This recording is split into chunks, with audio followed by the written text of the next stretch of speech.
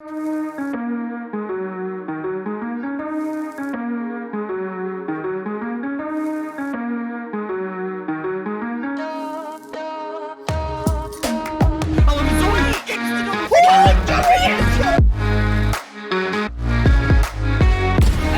save. Although they're making stuff happen. They've already. So Mark, Okay. once you get just stop the assault. Honestly, as they beat Kevin, Rolling Thunder is going to start coming out as Melon pushing up. Welcome everybody to In the Gap. This is your weekly show where we do a little bit of a recap, bringing you the best action in the gap between our weekly Valorant events. We're going to try and get through all of the important information in about 10 minutes. We'll probably fail, but please bear with us. And whilst at the same time, we're going to be bringing you some informational tips and tricks with a very special guest. We'll get to her in just a bit. First and foremost, I am NaoriMizuki, also known as Sam. I am a Valorant caster, and I'm here being a host because why the heck not?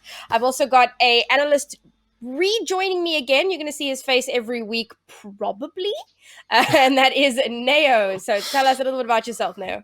Hey, thank you very much for that. Yeah, I'm a CSGO and Valorant color caster, or more analyst role, as you mentioned. Yeah, thank you very much for bringing me on. You hopefully should see my face more around these parts week in, week out. But yeah, lovely to be here.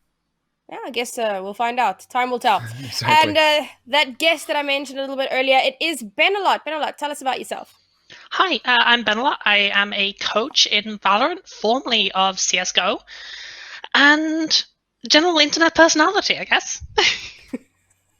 It's a good intro to have, a good title to have. Internet personality. I love it. I'm taking All that right, one. well, yoink mine now. All right, great. So as I mentioned, this is going to be the recap section of our show. We had our tournament just last weekend, the Platinum 3 tournament. It was a lot of fun. There was some great moments to be had, and we're going to break down a couple of those for you right now. So, clip number 1. Let's roll. So yeah, we've had a couple of clips from the tournament, but this is one of the few highlights that I thought, you know what, I'll bring this one across. Main reason I brought this one across, actually, it's more of a talking point more than anything. Good use of the Viper ult and Viper abilities as well, and also kind of Viper's just been given a very significant buff, right? And we see here Viper being used by Bjorn at, the highest level and already putting up, making problems for the opposition team.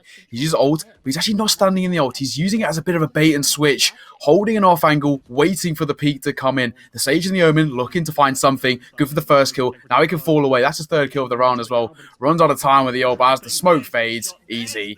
A quad to finish things off.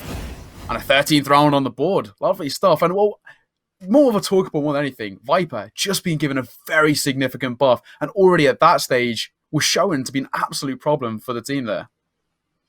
I think Viper is a really good pick on Icebox, particularly that A site once you get the Viper's pit down. Yeah. Because it denies so much sightline already. Yeah. And then you add on to the fact that now the moment you step into the Viper's pit, you're taking immediate 50 decay. And then the decay starts to increase over time. So it's become a lot more scary now. Yeah, I'm 100% expecting it to be picked nearly every kind of Icebox game. At least both sides have a Viper on this side. It's just so overpowered now, and I think it's going to be a transitional period of tweaking it and seeing that they can make it fit the right amount. I think it's gone from being one of the least used agents to now going to be one of the most used agents, essentially.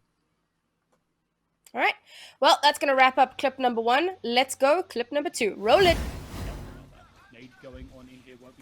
Yeah, another one here. Perfect use of utility. Raze opens things up on the site. A lot of utility being used as well. Lovely bit of Hunter's Fury as well. It's going to bring it a little bit more even, but as they're kind of making their way on towards the site, it's good use of utility, as I mentioned, but also the aim is just brilliant from both sides. In a post-bomb position, setting up optimal positions here in the Classic. Always causing a bit of a problem with the right click there. Good for the first, looking for the second as well, and a bit of a whiff spray gifts him that one.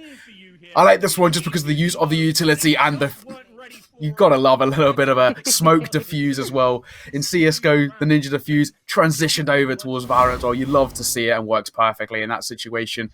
I love when things like that work because as a caster, I mean, those are one of those hype moments because you can see with X-Ray what they can't see and you're twitching, wanting to give them the information. But yeah, brilliant use of utility. Hence one of the reasons why I highlighted that clip. Of course, with the Hunter's Fury, Raze opening up the site, Sage Walls across the map, it's brilliant use all around. And I'm a big fan of that clip for both sides. Mm-hmm. So Benolot, as a coach, so you kind of get into the Discord with your team. You're now reviewing that for whatever purpose. What are you saying to either one of these teams regarding what happened in that clip? You know, the usage of utility, the positioning, stuff like that. What kind of strikes you from that? So the main thing that teams need to focus on when kind of using a lot of utility is making sure that they're using the right places. It's very easy for teams that not necessarily don't have the best communication, particularly teams around gold plat, where they're kind of new to the competitive experience. They can overuse utility. You know, two people can throw utility in the same direction, etc. So although it wasn't quite featured in this clip specifically, that's definitely something that I've noticed a lot of teams need to watch out for. Okay, sounds good. All right, I think we have one more clip, so let's roll that one. This one again, I sort of highlighted this one for a very specific reason, right? In a bit of an awkward situation, just over 30 seconds left on the clock as well, and it's a 3 versus 5. Now, for the defender's side, the reason why I highlighted this, look at this mid-round call. Yeah, the attacker's Killjoy over towards A, waited for it, but it's the 4 stack over towards C, called perfectly. Utility usage were exquisite once again. The flash, pulling them off the angle, brilliant stuff all around, shutting things down, leaving all down to the Killjoy, and it was aimed to finish things off.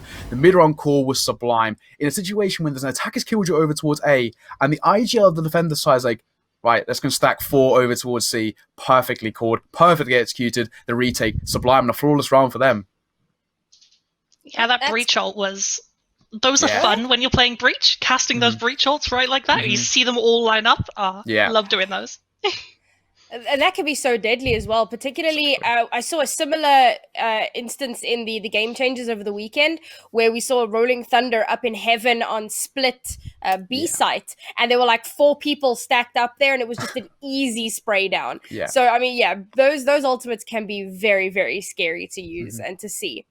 All right, that's going to wrap up the clip segment. Guys, that tournament was amazing. So please, if you haven't had a chance to, go check out the VODs.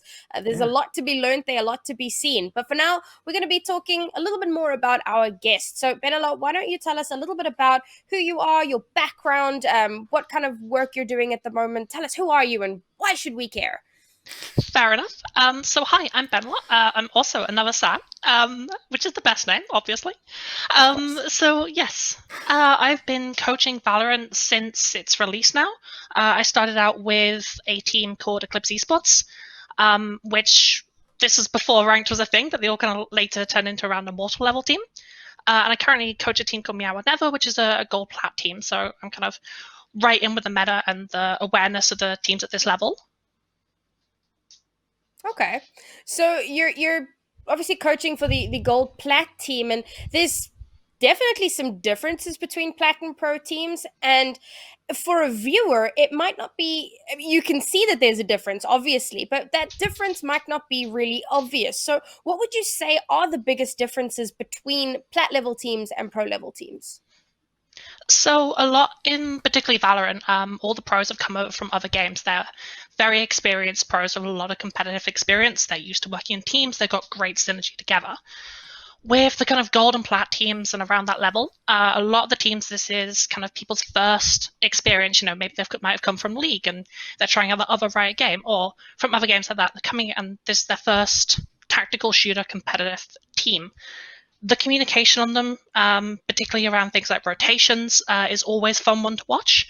Usually, you know, a team with better communication and better rotations at this level will dominate a team that necessarily might have better single gunplay, for example. Mm-hmm. So what would you say if you're in a plat team, you're looking to improve, what would you think are the biggest challenges or barriers that those teams will face in improvement? And not just improvement, but in like the pro scene in general. I'd say probably structurally the biggest thing is getting the scrim time, getting the kind of in-game time together in proper environments. Obviously ladder is one thing, but it's a very different experience from tournaments, from scrims, from the kind of more organized environments. And generally, it seems to be quite difficult to find events around that level, which is why obviously Project Gap Platinum has been amazing for that, kind of to fill that gap in there. But yeah, I'd say that's probably the biggest structural challenge. The kind of biggest in-game challenge for teams. Working around varying different operators and making sure that, people understand the positions specifically and what they need to do on each role, rather than necessarily knowing how to play just a single operator. Mm-hmm. Sure. Right. I do have one sort of question that I've always sort of considered when it came to, you mentioned you came from CSGO over to Valorant, kind of the same thing I've done, but in sort of different scenarios. But what has been the biggest challenge going from being a CSGO coach to being a Valorant coach? Because obviously the games are structurally very similar, but the nuances are very different. Mm-hmm. Yeah, so I've been quite lucky that I kind of started coaching a mixed team of CS and Overwatch pros and like players. So it was quite comfortable that I had the Overwatch players that kind of knew the tactical hero ability side, and the CS players that knew about kind of the gunplay, spray control, etc. So it was really interesting seeing the two sides of the same team struggle with different parts of Valorant, despite it being quite similar to other games in those ways. Mm-hmm.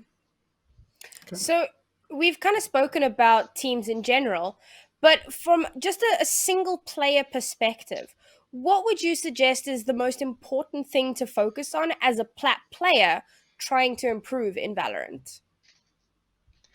I think making sure you have got your head in the game.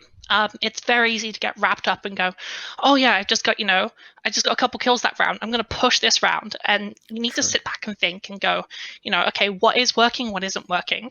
When I push, I die. Okay, I just need to play a lot more safer.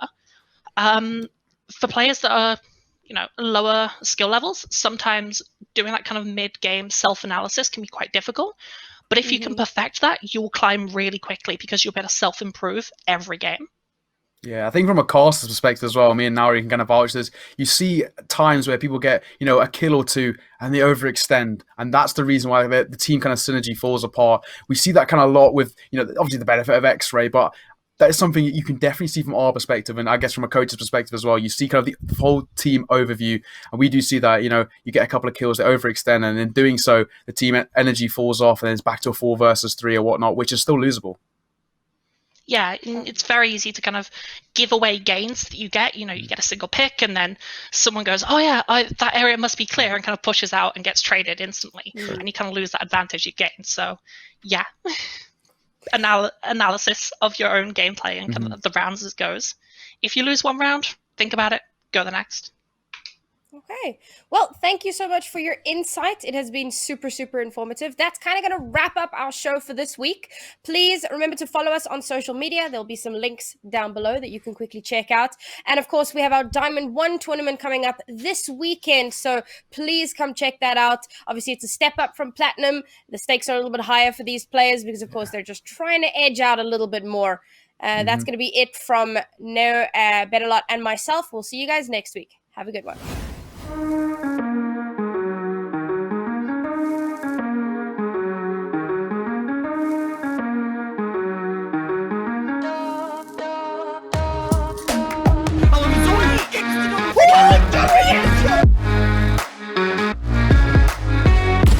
don't save. Although they're making stuff happen. They've already. So Marcus, Okay. once you get just stop the assault. Honestly, as they peek heaven, Rolling Thunder is going to be coming out as Melon, pushing up. No! Counting the 3 and 9 from the family.